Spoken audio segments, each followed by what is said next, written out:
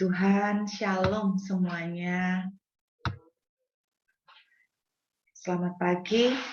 Pagi ini saya pengen sharing mengenai permintaan doa.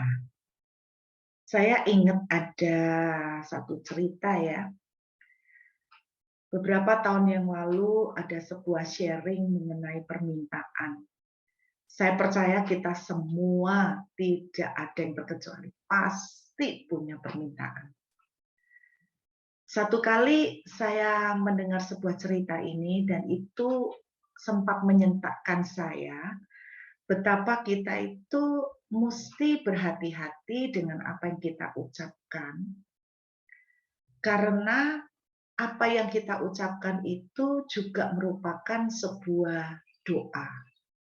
Saya ingat satu kali dalam perjalanan pada waktu di Surabaya, saya ingat ada satu program radio, saya lupa nama programnya, itu program sekuler. Ketika saya mendengar sebuah kesaksian di program radio itu, ada sebuah kesimpulan yang berkata begini, perkataan kita itu adalah juga sebuah doa. Saya kaget waktu dengar kata-kata itu. Iya ya, ada benernya juga. Saya ingat cerita ini ketika ada seseorang yang kaya, orang ini orang kaya, dan dia itu pernah ngomong seperti ini. Dia tuh sering ke luar negeri. Yang namanya ke luar negeri itu sudah bukan hal yang sulit buat dia. Terus dia itu heran ketika melihat anak-anak Tuhan itu kok senang sekali ke Israel. Nah, Saudara, Val ini kan ada program ke Israel. Nah, terus dia ini ngomong gini, ngapain ya orang-orang itu, negara itu di dunia masih banyak, yang bagus-bagus itu loh juga masih banyak. Kok mau-maunya ke Israel? Ngelihat batu tok katanya gitu. Ngelihat batu, apa bagusnya ngelihat batu? Negara di dunia ini banyak yang cantik-cantik, kok bela-belainnya ngelihat batu. Aku ini loh, biarpun istilahnya tuh dibayarin untuk pergi ke Israel, walaupun dia itu orang kaya ya. Dia bilang, walaupun aku dibayari, aku loh nggak kepingin sama sekali ke Israel. Dia bilang begitu. Satu kali ubah, namanya orang dari nggak kepingin, terus kemudian mungkin dia dijamah Tuhan, dia jadi kepingin ke Israel. Dan surat-surat diurus semua seperti orang lain ya, daftar, masukkan, ikut register. Saudara, ke Israel itu jarang terjadi ya, orang itu nggak digulkan visanya. Karena Israel itu dengan Indonesia itu gimana ya? Indonesia itu penyuplai wisatawan rohani yang terbanyak, Saudara, untuk Israel juga. Jadi banyak sekali turis-turis yang di Israel itu datang dari Indonesia. Makanya ketika COVID terjadi ini, turis-turis Indonesia langsung drastis ya, berkurang bahkan habis. Dan ketika orang ini tiba-tiba berubah pengen ke Israel, dan kemudian seperti peserta-peserta yang lain yang mendaftar. Tidak lama sebetulnya, kemudian visa-visa itu sudah beres, tidak ada problem. Tetapi anehnya, semua peserta yang jumlahnya banyak itu, semuanya tidak ada masalah, semuanya goal, semuanya lancar, hanya dia saja yang ditolak. Nah, ini aneh sekali itu. Padahal kalau orang melihat paspornya, riwayat ke luar negerinya itu mas sering. Pokoknya intinya aneh lah, alasan untuk ditolak itu betul-betul tidak make sense. Kemudian diurus-urus sama travel agent, tetap yang punya dia tidak boleh berangkat. Aneh kan? Bukan karena apa-apa, bukan karena mungkin ada riwayat apa, tidak ada apa-apa. Semuanya bagus, tapi aneh memang tidak dikabulkan untuk permohonan untuk ke Israel. Satu kali, dia tuh tanya sama Tuhan, kenapa ya Tuhan, aku itu kok mau pergi ke Israel, kok ada masalah seperti ini. Padahal aku selama ini rekodku ke luar negeri itu nggak ada problem. Aku ini orang yang sering ke luar negeri, tapi kenapa? Tiba-tiba Tuhan itu menyadarkan, mencelikkan matanya bahwa dia itu pernah ngomong, sekalipun aku tuh dibayari, nggak mungkin ya aku tuh ke Israel. Ngapain? Pengangguran kali. Nggak mau aku. Ketika itu disadarkan oleh Tuhan, dia bertobat, dia minta ampun, lalu dia itu akhirnya betul-betul Tuhan, aku cabut nih perkataanku, aku tuh minta ampun. Tidak lama setelah itu bisa dia goal, dia berangkat ke Israel. Makanya dari sini saya itu eh, merasa gini loh, kita tuh mesti hati-hati dengan apa yang kita minta. Kita tuh mesti hati-hati dengan apa yang kita itu tidak inginkan atau yang kita inginkan. Satu kali terus terang ya, nah, boleh tanya sama Nita. Nita ini pernah doa. Saya pernah tegur Nita dengan keras, ya nggak apa-apa ya Nita ya. Nggak tahu Nita boleh apa enggak, pokoknya nggak ada persetujuan, saya teruskan saja. Nita ini pernah doa dan itu berkali-kali. Doanya tuh gini sama Tuhan. Tuhan, Tuhan, aku ini kalau rasa nyaman itu, aku ini kalau diberkati itu kok bahaya gitu loh. Bahaya karena aku tuh jadi apa ya? Istilahnya kalau aku tuh comfort zone, semua comfort zone pasti bahaya ya. Aku ini kalau diberkati itu kok bahaya gitu loh. Jadi malah nanti sama Tuhan itu kayak suam-suam. Jadi aku tuh kalau sudah mulai tenang dikit, Tuhan ya, udah mulai enak dikit, jangan biarin aku, intinya tuh kayak gitu. Saya persisnya tuh lupa. Pokoknya jangan biarin aku tuh sampai pokoknya tenang, nyaman, itu jangan biarin, Tuhan. Saya tuh ngomong sama Nita, kamu tuh hati-hati sama doa yang kamu minta. Karena apa? Setan itu bisa pakai gitu.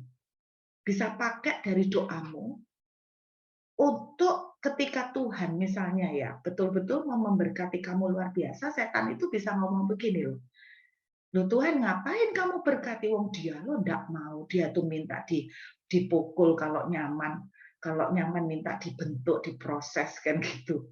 Saya tuh bilang sama Nita, doamu ini ya, kalau bahasanya orang Surabaya itu boleh molo, cari masalah.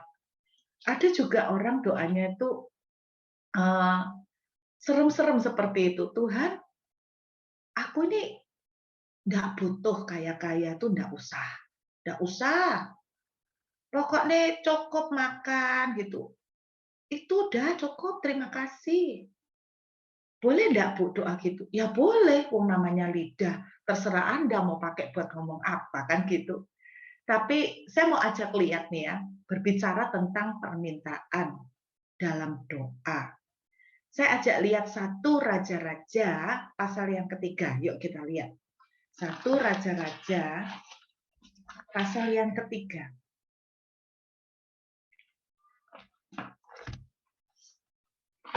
1 Raja-Raja pasal 3 ayat 9. Kita lihat ya, Saudara.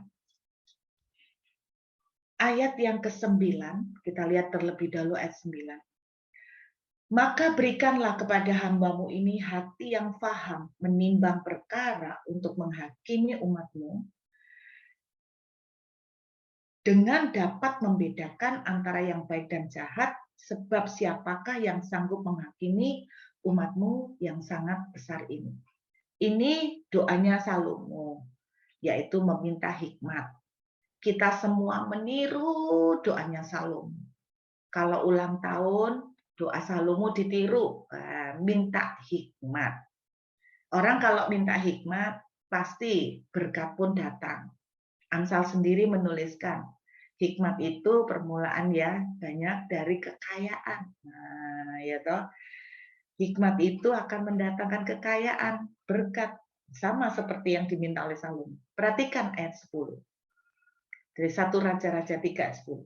Lalu adalah baik di mata Tuhan bahwa Salomo meminta hal yang demikian. Jadi permintaan Salomo itu baik di mata Tuhan, permintaan Salomo itu baik, bukan tidak baik. Oke? Kita lihat lagi satu permintaan. 2 Raja-Raja pasal 20. 2 Raja-Raja pasal yang ke-20. Kita lompat jauh ya. 2 Raja-Raja pasal yang ke-20. Ayat yang ke-5.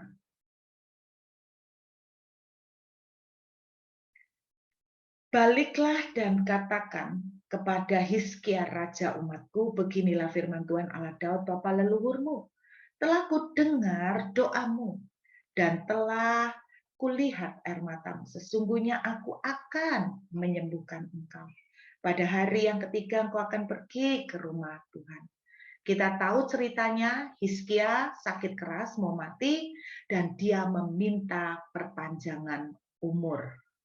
Dikabulkan enggak sama Tuhan? Dikabulkan. Berarti saya percaya permintaan Hizkia pun dipandang baik. Sebab kalau dipandang tidak baik, Tuhan tidak mungkin kasih. Tetapi saudara bisa lihat dalam kitab 2 Raja-Raja pasal yang ke-20, kita lihat ya, ayat yang ke-13. Hizkia bersukacita atas kedatangan mereka.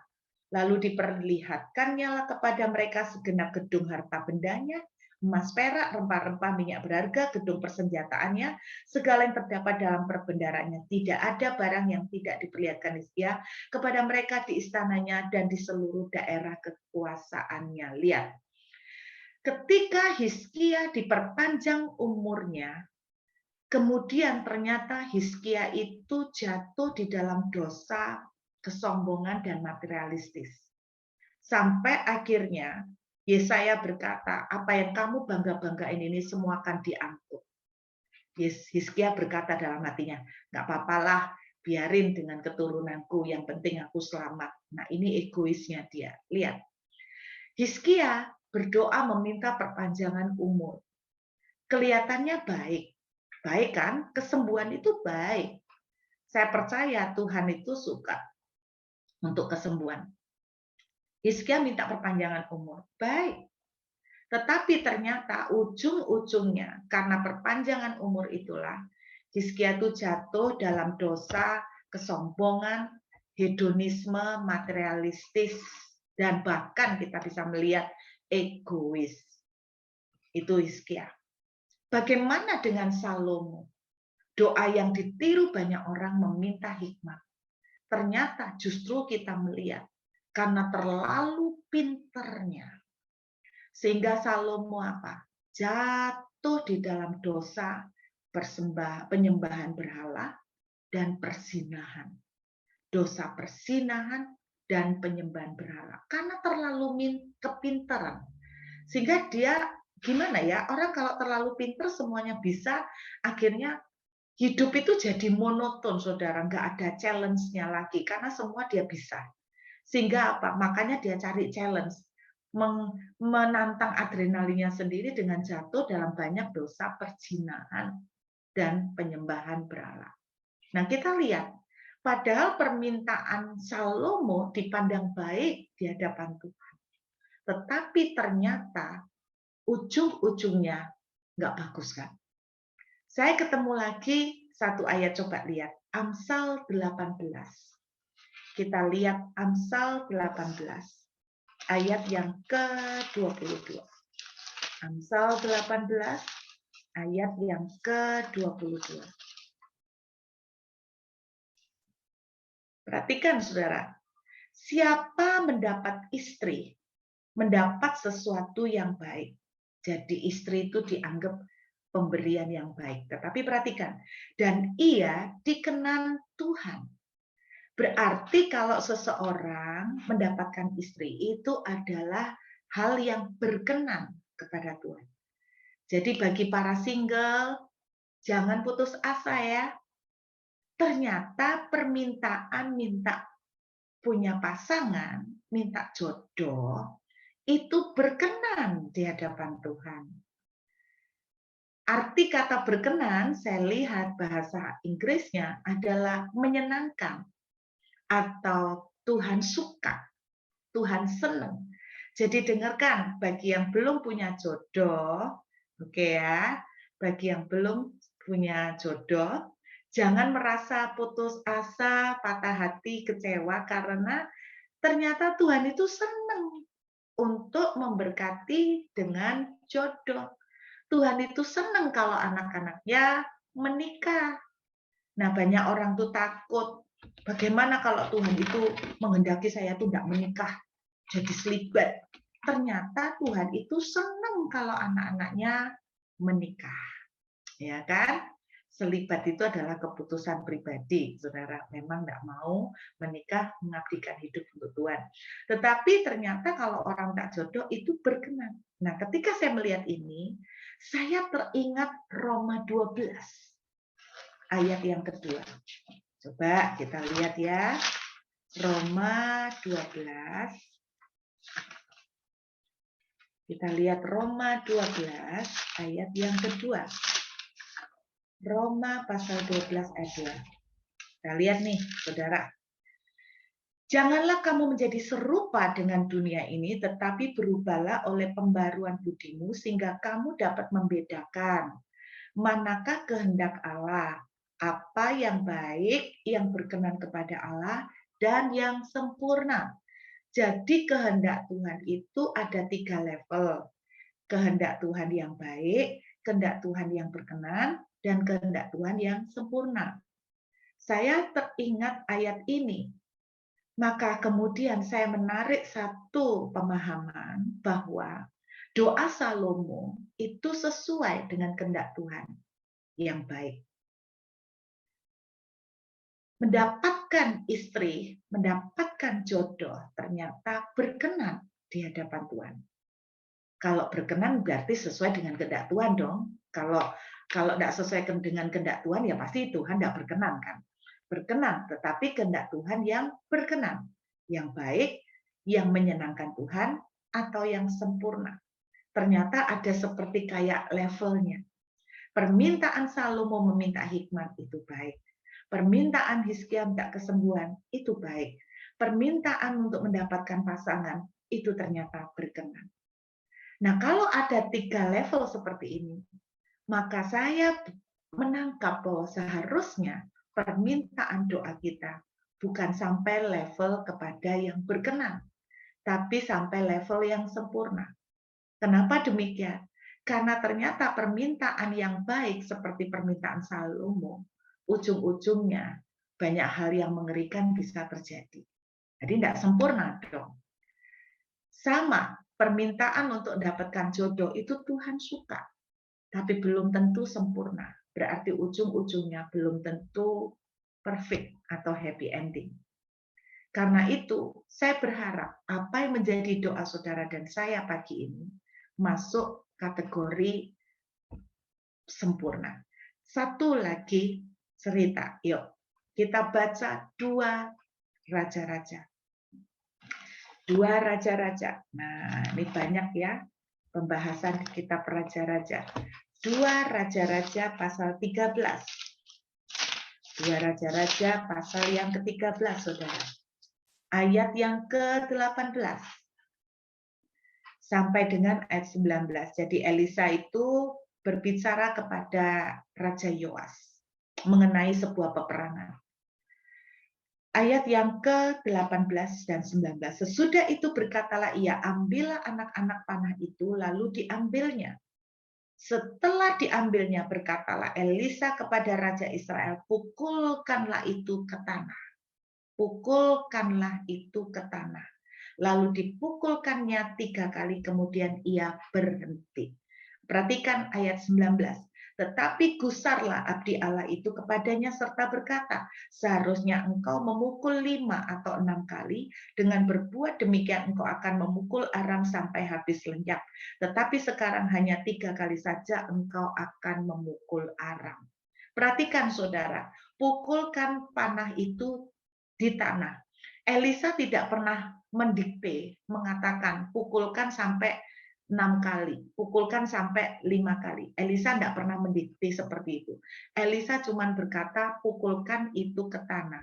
Tetapi Raja Yoas mungkin sambil sungkan-sungkan atau ragu-ragu, dia mukulkan itu 3 kali, padahal bisanya sama istilahnya harusnya dia itu punya kesempatan untuk bisa memukulkan sampai 5-6 kali. Karena pukulannya dia itu akan menggambarkan seberapa kali dia mengalahkan orang Aram. Ternyata saya waktu melihat cerita singkat ini, ada level maksimal yang sebetulnya bisa dicapai oleh Raja Yoas, tetapi dia tidak lakukan karena ragu mungkin, karena sungkan, karena dia bingung. Saudara, saya jadi teringat Tuhan bilang begini, mintalah, maka akan diberikan kepadamu. Saudara, Tuhan tidak pernah mendikte kita minta seperti apa. Tuhan tidak pernah mendikte secara detail, mintalah seperti begini-begini. Tetapi seringkali yang kita lakukan, kita itu seperti memukulkan panah, itu 3 kali, padahal level maksimalnya itu sampai 5-6 kali. Sama ketika kita itu minta kepada Tuhan, kita itu sampai pada level baik, di mana ukuran baik itu seringkali juga kita ukurkan dengan ukuran kita. Jadi kita itu levelnya nggak mencapai level yang maksimal. Sehingga kemenangan yang terjadi tidak sampai kemenangan mutlak. Contoh, kita tuh seringkali Tuhan minta tolong supaya rukoku laku terjual. Tuhan minta tolong supaya tanahku laku dengan harga sekian. Jadi kita itu, apakah itu tidak baik, Bu? Oh baik, karena permintaan saudara itu kan ujung-ujungnya supaya dengan ruko dijual, Anda dapat uang untuk mungkin bayar utang sehingga nggak perlu gali lubang tutup lubang. Bukankah itu juga baik pemikirannya? Tetapi belum tentu itu level maksimal yang terbaik seperti yang dituliskan oleh firman Tuhan. Salomo meminta hikmat itu baik, tetapi ternyata ujungnya juga tidak bagus, kan gitu. Hizkia juga meminta hal yang baik, minta sembuh, tetapi hasil akhirnya kan nggak bagus. Nah, saudara, seringkali permintaan kita itu cuma sampai level pukulan 3, istilahnya gitu. Padahal harusnya kita sampai level yang maksimal. Saya berharap juga doa kita bisa mencapai sampai level yang maksimal. Seperti yang ditulis dalam Roma, bukan cuma yang baik, bukan cuma yang berkenan, tetapi yang sempurna. Nah, terus gimana dong, Bu Ruth? Permintaan doa yang sempurna. Saya juga sempat mikir gimana ya permintaan doa yang sempurna. Saya seringkali menceritakan tentang doanya Musa. Kalau di-compare dengan doanya Salomo, saya lebih suka meniru doanya Musa. Lebih aman daripada doanya Salomo. Doa Musa di dalam Keluaran pasal 33, dia bilang begini, jangan suruh saya pergi sendiri Tuhan, kalau Tuhan tidak menyertai saya. Saya nggak mau Tuhan kirimkan malaikat, saya mau Tuhan sendiri. Saya mau favor Tuhan. Saya mau penyertaan Tuhan. Saya mau Tuhan sendiri yang hadir. Jadi Musa ini minta Tuhan yang hadir gitu. Menurut saya ini doa lebih cerdas lagi gitu, karena bukan meminta berkat tapi meminta kehadiran sumber berkat, Saudara. Ini doanya Musa. Doa lain lagi yang menurut saya keren banget adalah doanya Daud. Doanya Daud. Doanya Daud itu apa? Daud itu sering kali ketika dia tuh bikin salah, apapun yang dia doakan itu selalu hampir sama, yaitu begini, jangan tinggalkan aku. Jangan buang aku dari hadapanmu. Ketika dia jatuh dalam dosa karena perzinahan, Daud tidak peduli dengan kekayaannya, Daud tidak peduli dengan jabatan raja mau dicabut. Beda banget dengan Saul. Saul tuh takut jabatan rajanya dicabut. Tetapi kalau Daud doanya jangan buang aku dari hadapanmu dan jangan ambil rohmu daripadaku. Itu doanya Daud. Ketika dia melakukan dosa karena mengadakan sensus, menghitung jumlah rakyatnya, yang dipandang Tuhan sebagai kesombongan, Daud menangis di hadapan Tuhan dan Daud berkata begini, lebih baik aku jatuh di tangan Tuhan gitu loh daripada di tangan yang lain. Jadi selalu ujung-ujungnya dari doanya Daud itu adalah kalau boleh disimpulkan dia itu sama seperti Musa lebih meminta Tuhan daripada berkat. Saya ingat sebuah lagu yang hari-hari ini juga lagi banyak kita nyanyikan. Tempo hari pada waktu ibadah Senin, saya mendengar ini dinyanyikan. Kalau tidak salah, hari Senin itu ya dinyanyikan kalimatnya saya nggak hafal judul, nggak tahu judulnya, tapi kalimatnya itu I do not come for blessing. Aku tuh bukan datang untuk berkat-Mu. Karena engkau tuh tidak berutang apa-apa kepadaku Tuhan. You don't owe me anything. Jadi you are enough. Engkau itu cukup bagiku.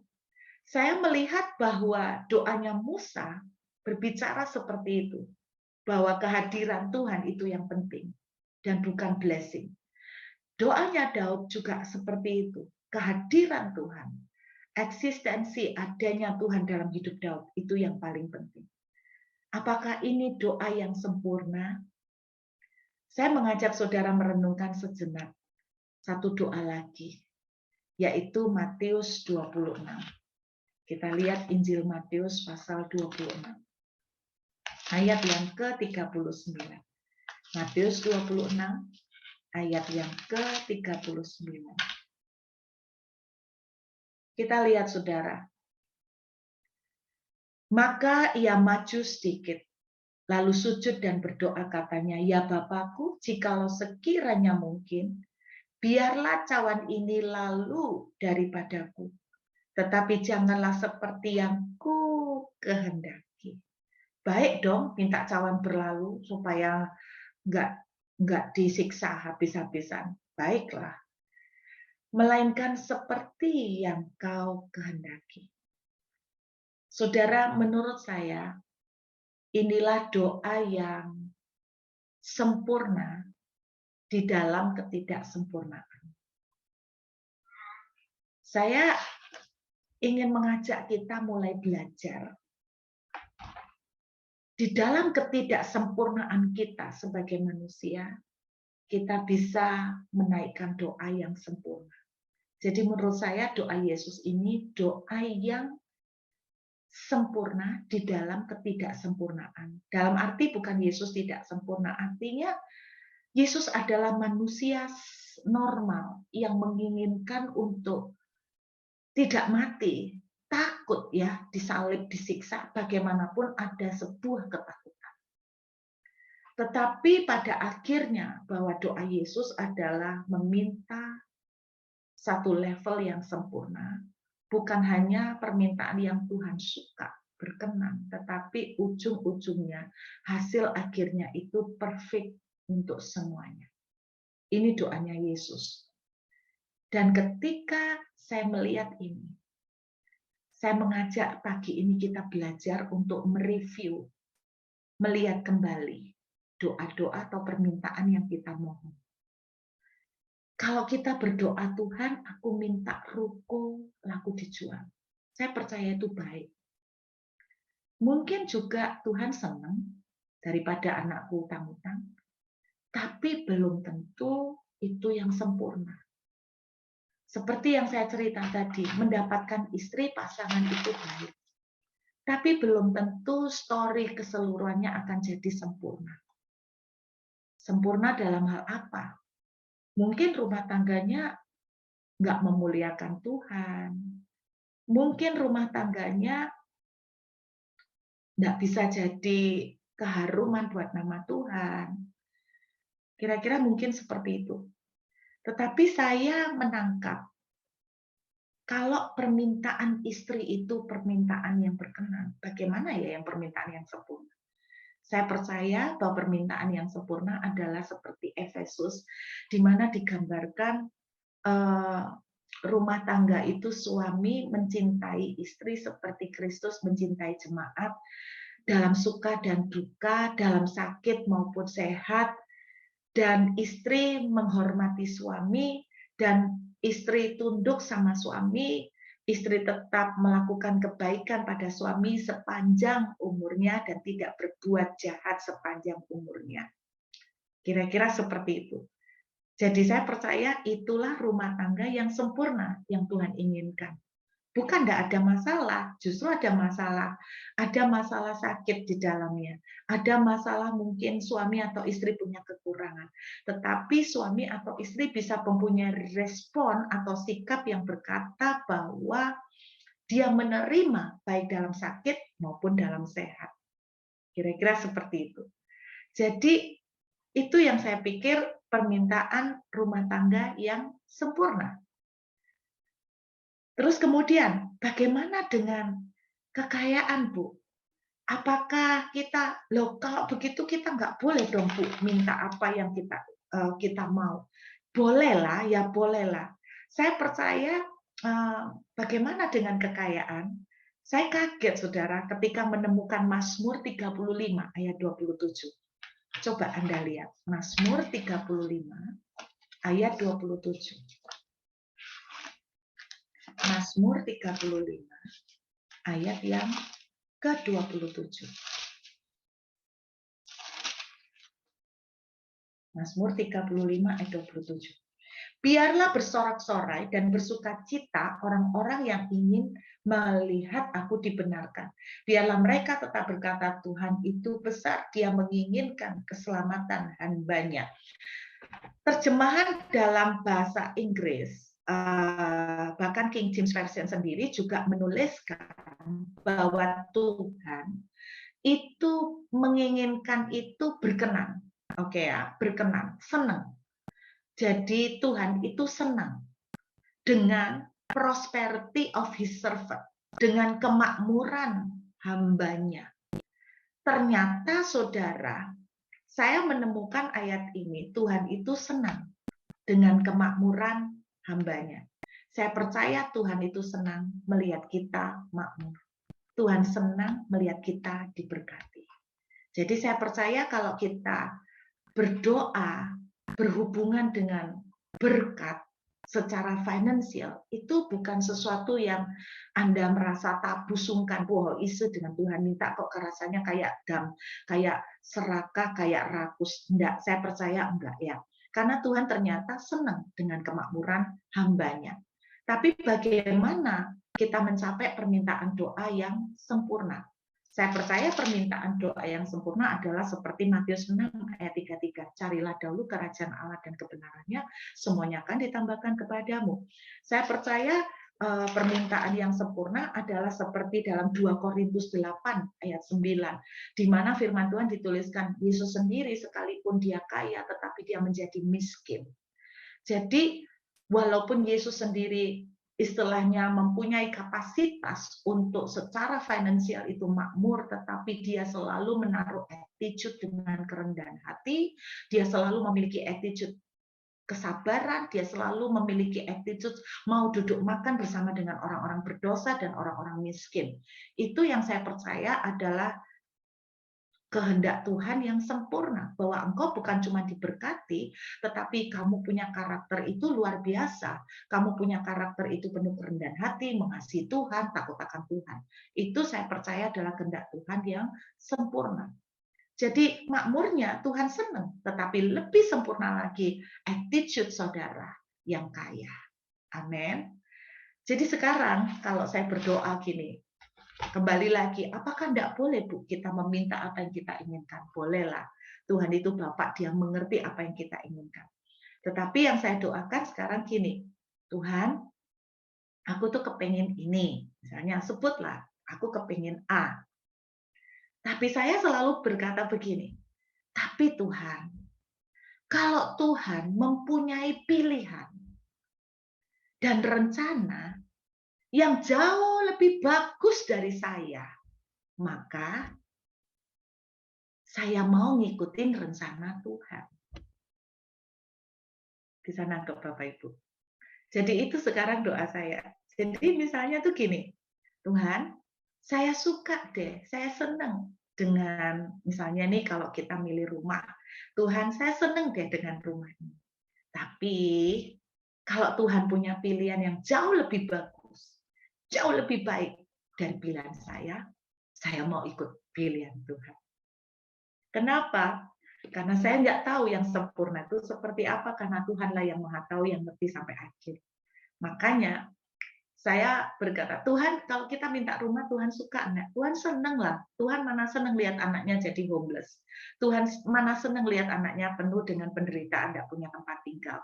Saya percayalah, namanya orang tua, kita aja kalau lihat anak kita kontrak-kontrak, Tuhan, orang tua aja enggak tenang gitu loh, kepikiran, iya kan? Saya percaya Tuhan itu lebih daripada orang tua jasmani kita. Dia suka melihat kita tuh punya rumah. Dia suka melihat kita tuh enggak kontrak-kontrak.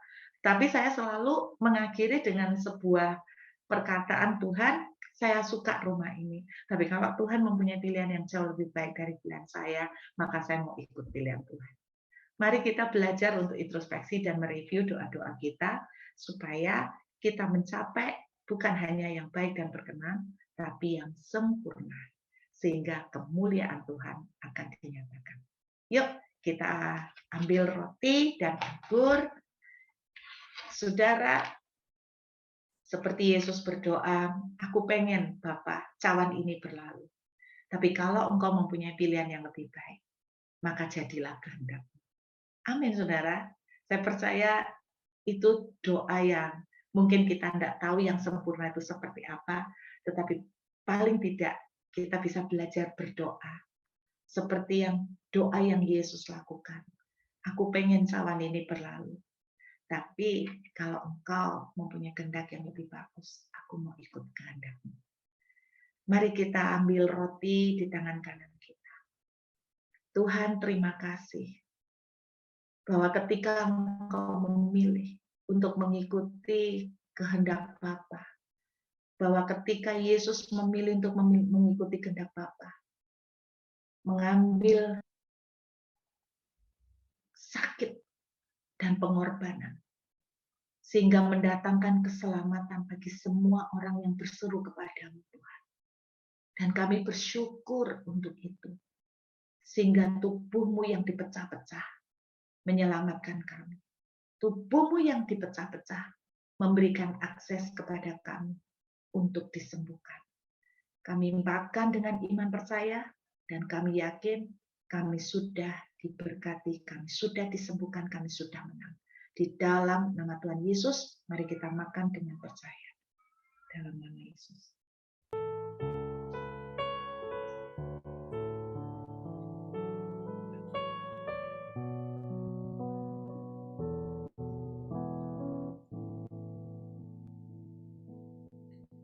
Mari kita ambil anggur di tangan kanan kita.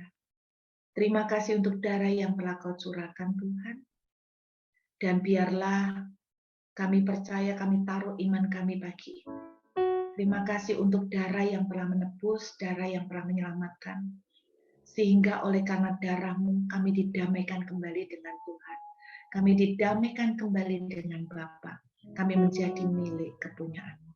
Kami minum dengan percaya dalam nama Yesus. Mari kita minum dengan iman.